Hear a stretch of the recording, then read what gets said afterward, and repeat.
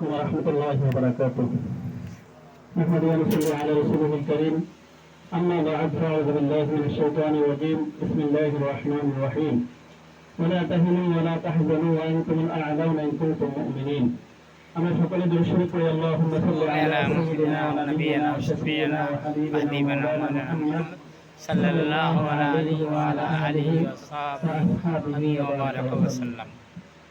আলহামদুলিল্লাহ, ইসলামী আন্দোলন বাংলাদেশ নোয়াখালী সদর উপজেলার ২০ নং আন্দারছড়ি ইউনিয়ন পশ্চিম শাখা কর্তৃক আয়োজিত আজকের এই ইউনিয়ন কার্যালয় উদ্বোধন অনুষ্ঠানে এবং ইউনিয়ন প্রতিনিধি সম্মেলনে উপস্থিত হয়েছেন আজকের অনুষ্ঠানের প্রধান অতিথি ইসলামী আন্দোলন বাংলাদেশ নোয়াখালী সদর উপজেলার সম্মানিত দাওয়া প্রশিক্ষণ সম্পাদক হযরত মাওলানা মুফতি ইসমাইল সাহেব।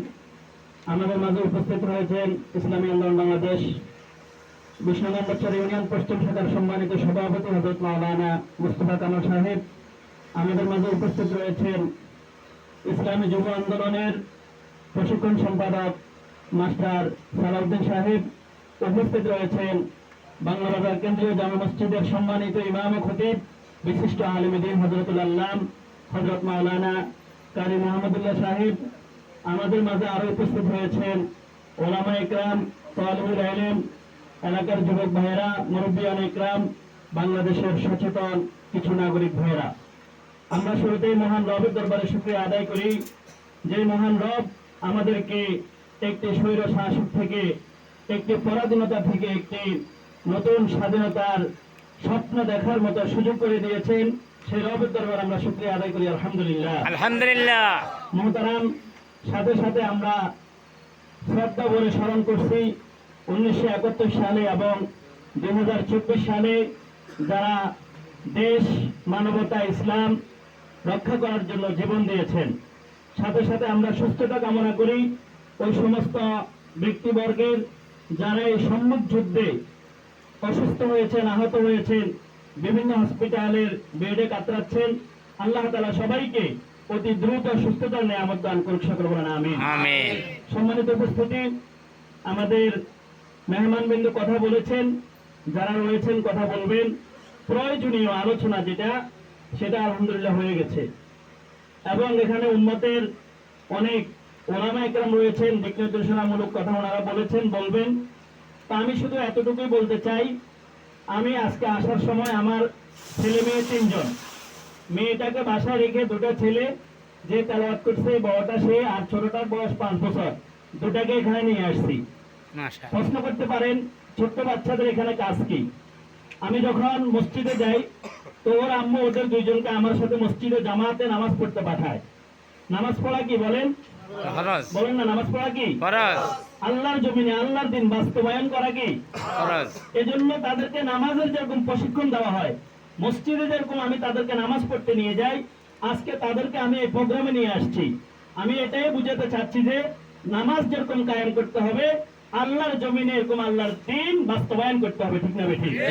ঠিক। করার জন্য চেষ্টা করতে হবে। করার জন্য কি করতে হবে? চেষ্টা করতে হবে। আমরা যাদেরকে নেতা মানি, আমাদের নেতারা আমাদেরকে এটাই শিক্ষা দিয়েছে। দুনিয়াবি তাগুতি যে দলগুলো আছে, তারা তাদের বাচ্চাগুলোকে বিদেশে পাঠিয়ে দেয় লেখাপড়া করার জন্য। এই আন্দোলন সংগ্রাম যখন কোন দেশে হয়, তখন যে ব্যক্তি রুটি বিক্রি করে সে রুটি দেয় যে তোমরা রুটি খাও আর আন্দোলন করো।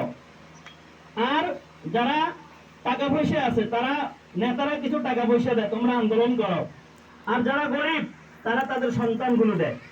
তারা তাদের কি দেয়? সন্তানগুলো। আন্দোলন সংগ্রাম যখন শেষ হয়ে যায়, তখন রুটিওয়ালা রুটির দাম একটু বাড়ায় দিলে আল্লাহর রাস্তায় যেগুলো দিছে ওগুলোর দাম চলে আসে। ঠিক না ঠিক? তারা যুদ্ধের পরে তাদের টাকাগুলো উঠাই নেয়। যে নেতারা টাকা দিয়েছে তারা এমপি হবে, মন্ত্রী হবে, তাদের স্বপ্ন বাস্তবায়ন হয়ে যায়। কিন্তু গরিব মানুষগুলো খুঁজতে থাকে কোনটা আমার ছেলের কবর। ঠিক না ঠিক? সম্মানিত উপস্থিতি, অতীতে আমরা দেখেছি যখন যারাই এদেশের মসনদে এসেছে, যারাই ক্ষমতায় এসেছে, এদেশের গরিব দুঃখী মেহনতি মানুষের লাশের উপর দিয়া তারা এদেশের মসনদে বসছে। ঠিক না ঠিক? ক্ষমতায় বসার পরেই তারা এদেশের আপামর জনতার উপরে যত রকমের স্টিম রোলার আছে এগুলা চালিয়েছে। ঠিক না ঠিক? চান্দা দিতে দিতে এদেশের মানুষ অতিষ্ঠ হয়ে গেছে।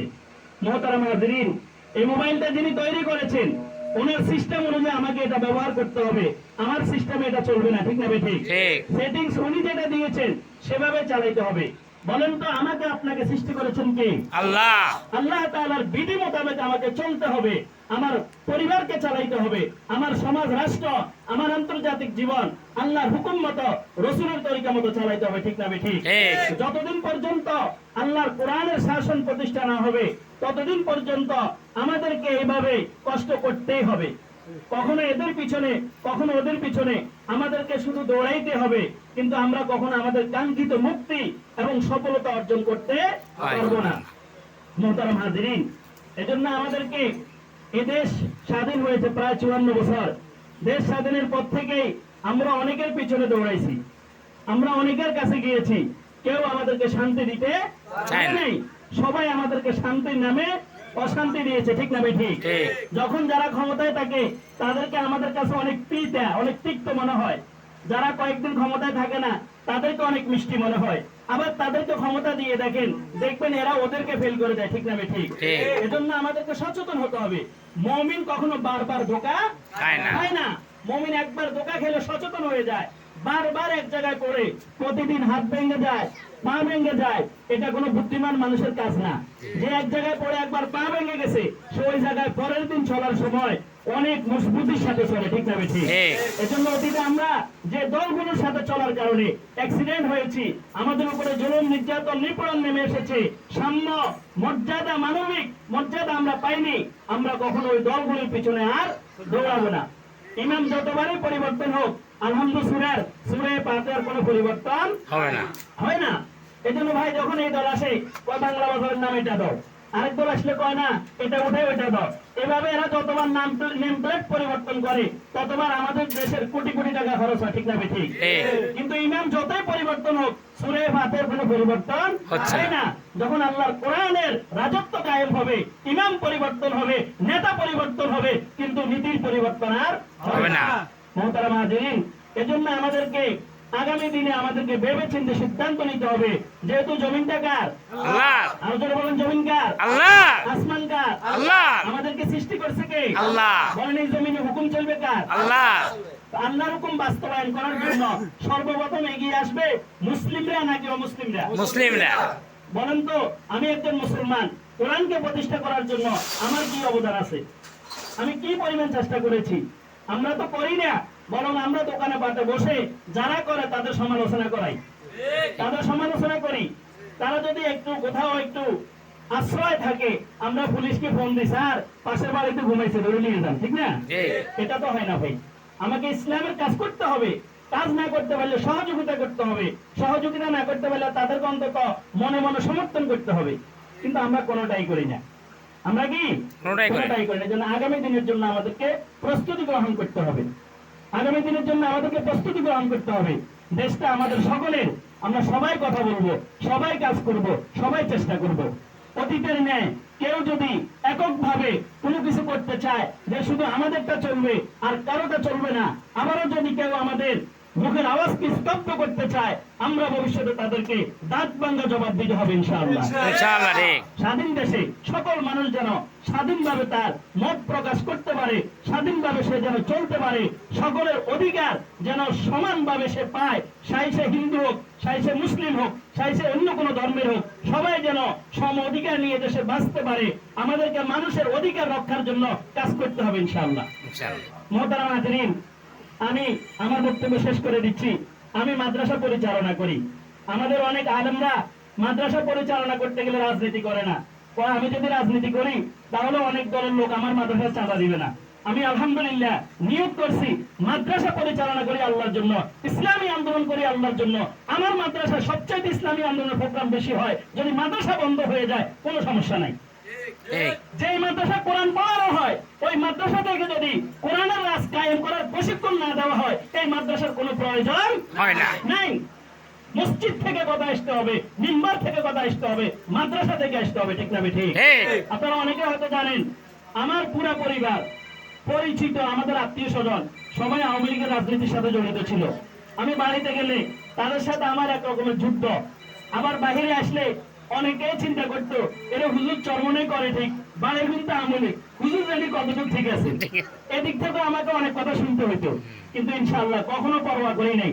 আমার আব্বা মারা গেছে, আল্লাহ ব্যস্ত নসিব করুক, সকলে বলেন আমিন। আমিন। আব্বা একদিন আমারে বলে, আমাদের সবাই আওয়ামী লীগ, সবাই থেকে আমরা এমপি থেকে সুবিধা পাই, তুমি আরেকটা দল করার কারণে আমাদের বাড়ির বদনাম হয়, এখন কি করবে? আমি তো আপনারা আমার দলে আসেন, সম্ভব না। আগে তাহলে আপনারা এই বাড়ি থেকে চলে যান, অথবা আমাকে আলাদা বাড়ি করে দেন। তাহলে এটা আওয়ামী লীগ এলাকা বাড়ি, এটা চরমনা এলাকা বাড়ি, আর ভেদাল হতো না।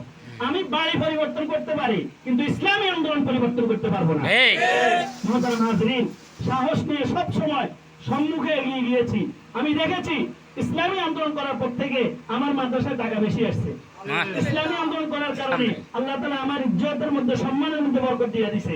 ইসলামী আন্দোলন করার কারণে আল্লাহ তাআলা আমাকে অনেক জায়গায় সম্মানিত করেছেন, আলহামদুলিল্লাহ।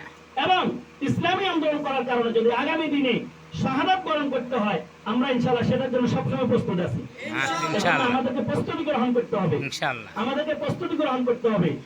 আমি তো এখানে হঠাৎ করে গেলে একটা ডায়েরি পাবেন, ওই ডায়েরির মধ্যে আমি কত টাকা পানা, কত দেনা, আমার ব্যাংক অ্যাকাউন্ট, বিকাশ নাম্বারের পিন, এগুলো লেখা আছে।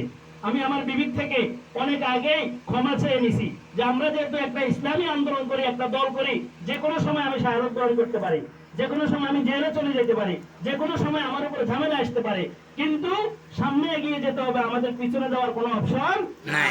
এখন আপনারাও কি এরকম সিদ্ধান্ত নিতে পারবেন? ইনশাআল্লাহ। ভাই, জমিন কার? আল্লাহ। আসমান কার? আল্লাহ। হুকুম চলবে কার? আল্লাহ। দেখেন, আমাদেরকে আল্লাহ সৃষ্টি করার পরে জান্নাতে রাখছেন।